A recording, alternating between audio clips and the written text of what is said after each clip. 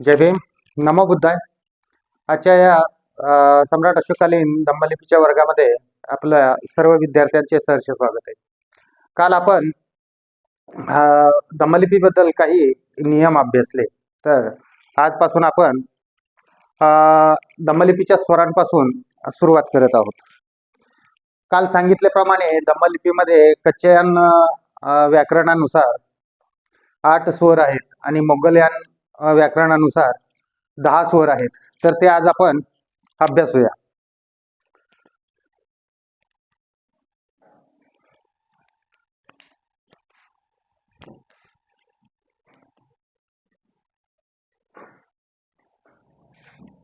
अ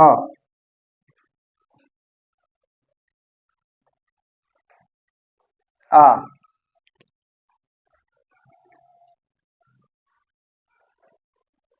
E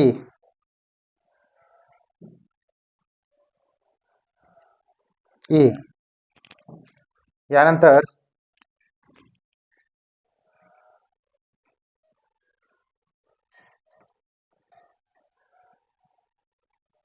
ओ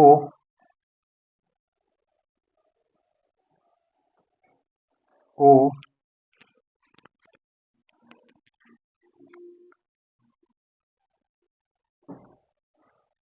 ए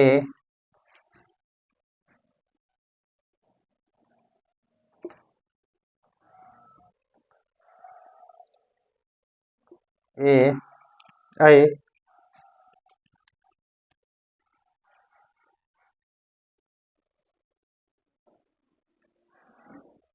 ओ आणि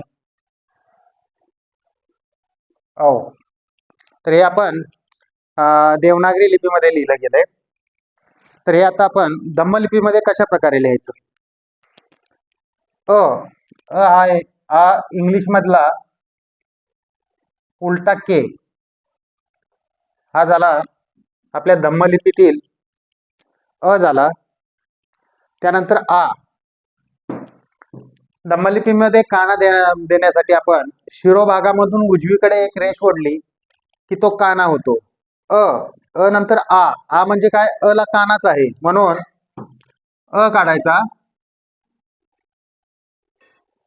आणि त्याला शिरोभागातून उजवीकडे रेषा ओढली की हा काना झाला, म्हणून हा आ झाला. आ दोन प्रकारामध्ये येतो. एक तर शिरोभागातून आपण आडवी रेषा ओढली उजव्या साईडला, तशी मध्य भागातून जरी अशी आडवी रेषा उजवीकडे ओढली तरी तो आ होतो. त्यानंतर ई. ई ई ह्या 3 टिंब किंवा 3 बिंदू काढले असता तो ई होतो. ते कुठल्याही सर्कल मध्ये आले तरी चालतात. त्यानंतर ई दीर्घ ई. दीर्घ ईला 4 बिंदू आहेत.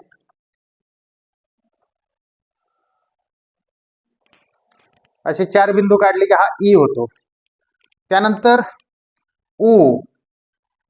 ऊ साठी इंग्लिश मधील यल, इंग्लिशचा यल आहे त्या प्रकारे ऊ काढायचा आहे. नंतर दीर्घ ऊ. सेम यल काढून त्याच्या वरती एक थोडीशी आडवी रेष द्यायची उजव्या साईडला, हा ऊ झाला. त्यानंतर ए. ए हा त्रिकोणासारखा काढायचा आहे, हा झाला ए. ऐ. ऐ साठी त्रिकोण काढून शिरोभागातून डावीकडे आडवी रेषा ओढायची, हा झाला ऐ. ओ साठी आपण इंग्लिश अक्षर झेड सारखा लिहायचा आहे,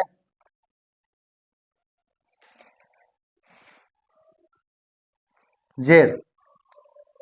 पण ह्या झेडची ही मधली रेषा ज्यादा क्रॉस आहे, तर ही ज्यादा क्रॉस न करता थोडीशी क्रॉस करायची, हा झाला ओ. ओ नंतर औ.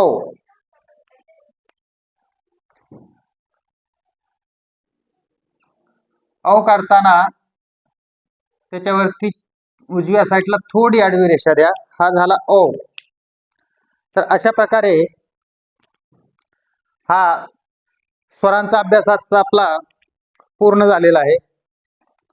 तर हे जे स्वर दिलेले आहेत यांचा सराव करा आणि तपासण्यासाठी ग्रुपवरती पाठवा. जय भीम. नमो बुद्धाय.